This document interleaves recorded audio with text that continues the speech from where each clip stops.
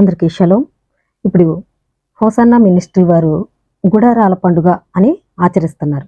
అసలు ఈ పండుగ ఎప్పుడు చేయమన్నారు, ఎందుకు చేయమన్నారు అనేది ఈ పాస్టర్లకి తెలియదు. కానీ గుడారాలు అని ఉంది కాబట్టి చేసేస్తున్నారు. దాని గురించి ఇప్పుడు మనం వివరంగా తెలుసుకుందాం.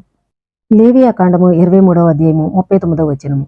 అయితే 7వ నెల 15వ దినమున మీరు భూమి పంటను కూర్చుకొనగా 7 దినములు ఎలోహింకు పండుగ ఆచరింపవలెను. మొదటి దినము విశ్రాంతి దినము, 8వ దినము విశ్రాంతి దినము.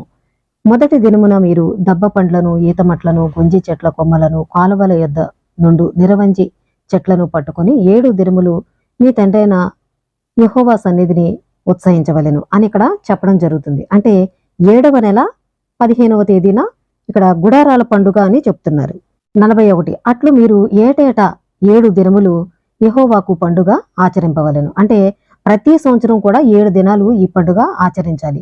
ఇది మీ తరతరములలో నిత్యమైన కట్టడ.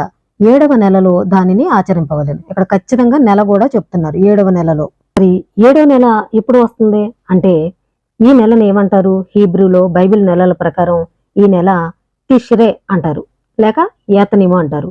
ఇది మనకి బైబిల్లో ఎక్కడ ఉందంటే 1వ రాజులు 8వ అధ్యాయము 2వ వచనంలో ఉంటుంది. ఈ 7వ నెల అంటే తిష్రే లేక యాతనిం అంటారు. ఇది మన నెలల ప్రకారం ఎప్పుడు వస్తుంది అంటే సెప్టెంబర్, అక్టోబర్ నెలలో వస్తుంది. కానీ హోసన్నా మినిస్ట్రీ వాళ్ళకి మాత్రం మార్చి నెలలో వచ్చేస్తుంది. అంటే వీళ్ళకి నెలలు తెలియదు, పండుగలు తెలియదు, అవి ఎందుకు చేస్తున్నారో తెలియదు, ఏ కారణం చేత చేస్తున్నారో తెలియదు, ఏ తారీఖును చేయాలో కూడా తెలియదు. కానీ పేరుకు మాత్రం వీళ్ళు పెద్ద పెద్ద పాస్టర్లు. ఈ పాస్టర్లకు ఏమి తెలియదంటే అక్కడికి వెళ్ళే జనాలకు కూడా ఏమీ తెలియదు. ఎందుకంటే వీళ్ళకి బైబిల్ అవసరం లేదు. మా పాస్టర్ ఏం చెప్తే అదే మేము చేస్తాం. అంటే దేవుడు ఏం చెప్పాడు అన్నది వీళ్ళకి అవసరం లేదు. ఆ పాస్టర్ ఏ పండుగ పెడితే అదే రైట్ వీళ్ళకి. అందుకే ఈరోజు అనేక మంది ఈ క్రైస్తవులు బైబిల్ని కాదు ఫాలో అయ్యేది, పాస్టర్ని ఫాలో అవుతారు. ఇప్పుడు మరి ఈ గుడారాల పండుగ ఎందుకు చేయాలి అనేది కూడా ఇప్పుడు చూద్దాం. 42వ వచనము, లేవియా కాండం 23వ అధ్యాయం 42వ వచనము. నేను ఐగుప్తు దేశంలో నుండి ఇశ్రాయేలీలను రప్పించినప్పుడు వారిని పర్ణశాలలో నివసింపజేసి. అంటే పర్ణశాల, దీన్నే హీబ్రూలో సుక్కోత్ అంటారు. ఇదే గుడారాల పండుగ. గుడారము అంటే వారిని గుడారాల్లో నివసింపజేశాడు.